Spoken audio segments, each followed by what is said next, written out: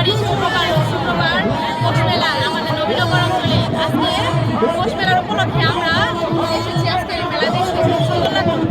আর সাথে মেয়েদের মহিলাদের চেয়ার খেল, তারপরে ঘোরাঘুরি, সব মিলিয়ে অনেক সুন্দর লাগছে। আপনারা সবাই একত্রিত সবাই আসবেন। তারপরে হাজব্যান্ড সবাই অনেক ভালো লাগলো। আমার বান্ধবীও আছে। এই মেলায় কি আপনি প্রথম আসা?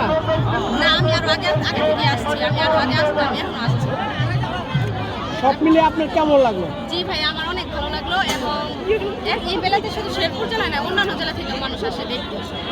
এই যে মেলার যে আয়োজক কমিটি তাদের উদ্দেশ্যে কিছু বলেন।